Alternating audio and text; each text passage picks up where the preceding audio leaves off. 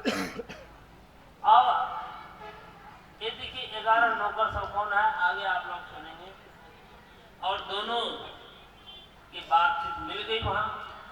वो उसके साथ, वो उस स्त्री का नाम कुछ नहीं था, बेनामी स्त्री था, लेकिन उसके साथ विवाह होने पर पुरंदन के साथ उनके नाम हो गए पुरंदनी। पुरंदन और पुरंदनी दोनों रहने लगे, अपने जीवन बिताने लगे। और बिताते बिताते दोनों दंपति दंपति तत्र समुद्र संयमिता काम पुरुष परिंद्राजन मोदाते स्तंभना। वर्षों उन लोगों का बीत गया, व्यवहार बीत गया, बहुत समय बीत गया, दिन रात भी पता नहीं चला। इतना हुआ कि पुरंदनी जो करती थी वही पुरंदन करता था। अब देखिए इस संसार में ऐसा संभव होगा कि नहीं होगा। यहाँ श्लोक से सुखदेव महाराज कहते हैं, नारद जी इस श्लोक को कहते हैं सुखदेव महाराज एक कथा परंपरा है। सुखदेव महाराज राजा परीक्षित को सुनाते हैं और नारद जी यहाँ पर राजा प्राचीन बढ़ी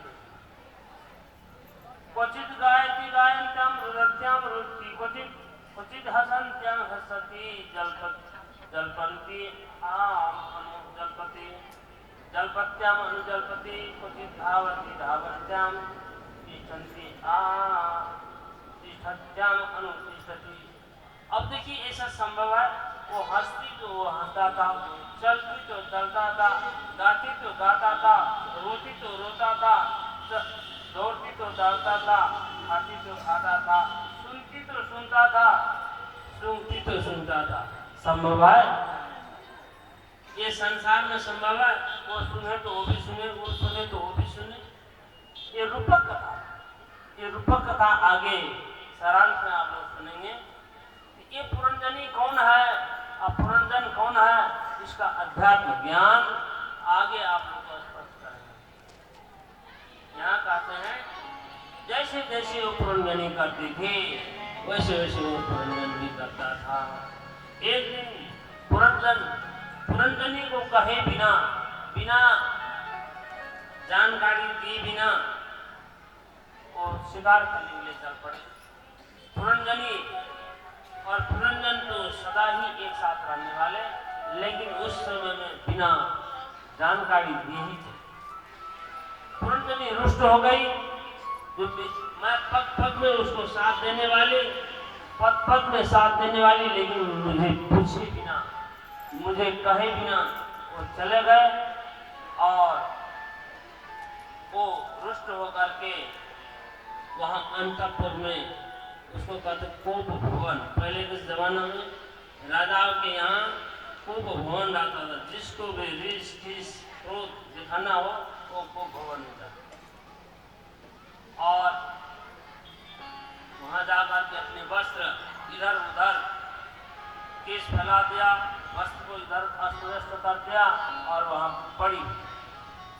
जब उधर से पुरंदन आया, पुरंदन पूछा लो रामा कहाँ है, पुरंदनी किधर है। तो वहाँ के जो दासियां है, वो दासियां का भूतले निरवस्तारे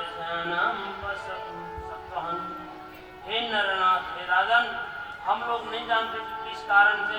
अब देखिए वहाँ पर भूमि में पलंग को छोड़ करके भूमि में लेटी हुई है। तब पुरंदनी को समझाते हैं, अनुनय विनय करते हैं।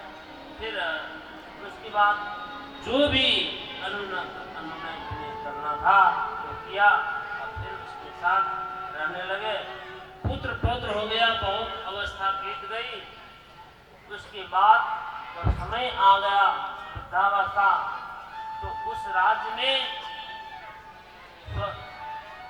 3 से 60 गंधर्व, 3 से 60 गंधर्वियां आक्रमण करते और एक यवन भी आक्रमण करता। उसके राज्य में एक यवन वो आक्रमण करता है। यवन के साथ काल कन्या है, उसके साथ